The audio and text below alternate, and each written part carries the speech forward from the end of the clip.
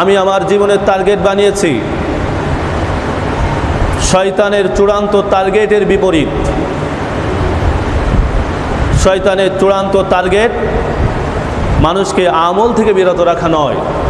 নামাজ, রোজা, হজ, যাকাত, আনুষঙ্গিক যত ইবাদত আছে এই সমস্ত ইবাদত থেকে মানুষকে বিরত রাখা এটা শয়তানের উদ্দেশ্য, কিন্তু চূড়ান্ত উদ্দেশ্য কিন্তু এটা নয়। চূড়ান্ত উদ্দেশ্য তাকে স্থায়ী জাহান্নামী বানানো, ঈমান হারা করা। এজন্য আমার জীবনের মূল উদ্দেশ্য মানুষকে যতটা না আমলের কথা বলবো এর চেয়ে বেশি হেফাজত করবো মানুষের ঈমান। মানুষের ঈমান হেফাজতের জন্য এটা একটা কঠিন কাজ, সবাই পারে না, নিজের জীবনকে বাজি রাখতে হয়। এজন্য অনেকে ভাববেন নামাজের কথা আসেন, একটু অন্য অন্য ইবাদতের কথায় আসেন, এজন্য এই বিষয়টাও স্পষ্ট করে দিলাম। কোনো ব্যক্তির যদি আমলের ঘাটতি থাকে, ঈমানটা সঠিকভাবে থাকে, তো সে একদিন না একদিন জান্নাতে যাবে। কারণ ইন্তেকালের পরে পৃথিবীর বিভিন্ন প্রান্ত থেকে সব সময় দোয়া করতে থাকে, আল্লাহ কবরবাসীকে মাগফিরাতের ব্যবস্থা করেন।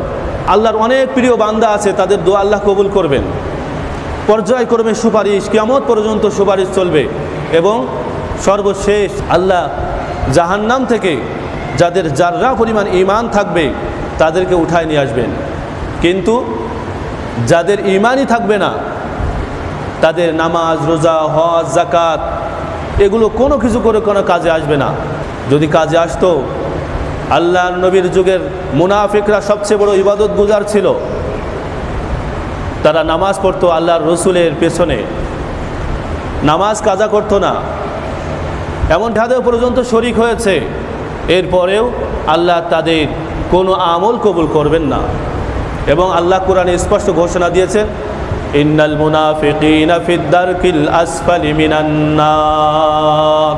এ যারা মুসলমান পরিচয় দেয়, লেবাস পোশাক পরে আছে, তোমরা আসলে ইসলাম পছন্দ করো না, ইসলামের মূলে আঘাত করতে থাকো, তোমাদের সমস্ত আমল আমি এক চুল পরিমাণও কবুল করব না এবং তোমাদের ঠিকানা জাহান্নামের একেবারে নিচে।